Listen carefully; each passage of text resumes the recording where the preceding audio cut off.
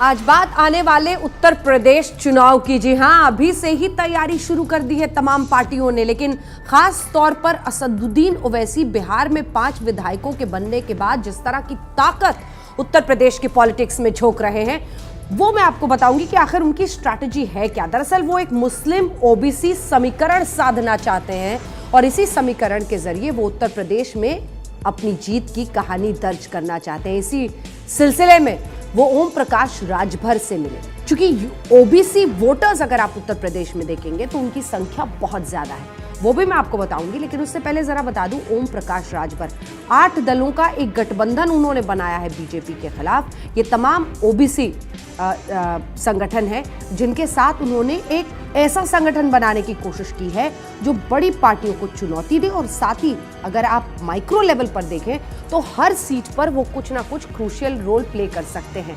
अब इन्हीं पार्टियों के, इस 8 पार्टियों के गठबंधन के साथ ओम प्रकाश राजभर थे और असदुद्दीन ओवैसी उनसे लखनऊ में मिले। कोशिश ये है कि ओम प्रकाश राजभर के साथ जो ये गठबंधन बने, यानी ओबीसी इसको लाने का पूरा जिम्मा होगा ओम प्रकाश राजभर पर, और इधर मुस्लिम मतदाताओं को उनसे शामिल करने का, मिलाने की पूरी जिम्मेदारी होगी असदुद्दीन ओवैसी की। असदुद्दीन ओवैसी ने बगल में बैठकर ओम प्रकाश राजभर से कहा कि इनकी लीडरशिप में हम लोग एक साथ होकर यूपी में चुनाव लड़ेंगे।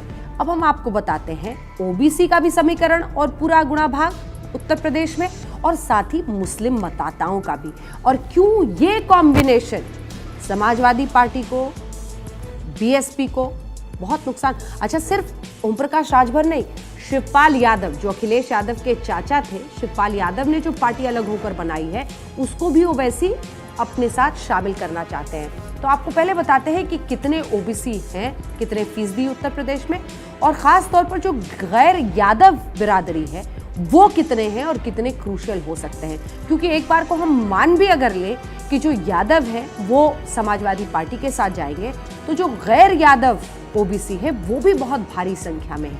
और फिर बताते हैं मुस्लिम मतदाता। तो आइए शुरुआत करते हैं ओबीसी मतदाताओं से।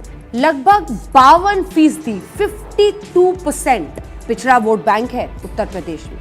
52%, आप समझ रहे हैं, एक बहुत बड़ा हिस्सा।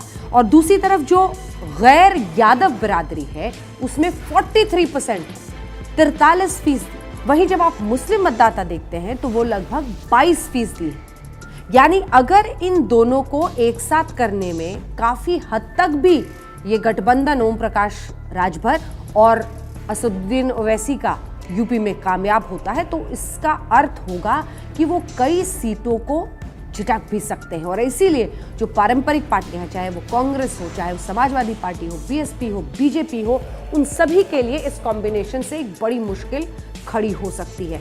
याद रखिए, बिहार में भी 5 सीटों की जीत के साथ असदुद्दीन ओवैसी ने जो कहानी लिखी है वो एक तरह से तथाकथित जो पार्टियां अपने आप को गैर सांप्रदायिक सेक्युलर पार्टियां कहती हैं, उनके लिए एक बड़ी चुनौती थी। क्योंकि मुस्लिम मतदाता उनसे छिटक गया था, महागठबंधन से मुस्लिम मतदाता छिटक गया था। अगर वही बात वो यहाँ पर रेप्लिकेट कर लेते हैं उत्तर प्रदेश में, बल्कि उससे भी एक कदम आगे बढ़कर ओबीसी और मुस्लिम समीकरण साधने में, गठजोड़ साधने में वो कामयाब होते हैं वोट बैंक के नजरिए से, तो असदुद्दीन ओवैसी के लिए ये बहुत बड़ा दांव साबित हो सकता है।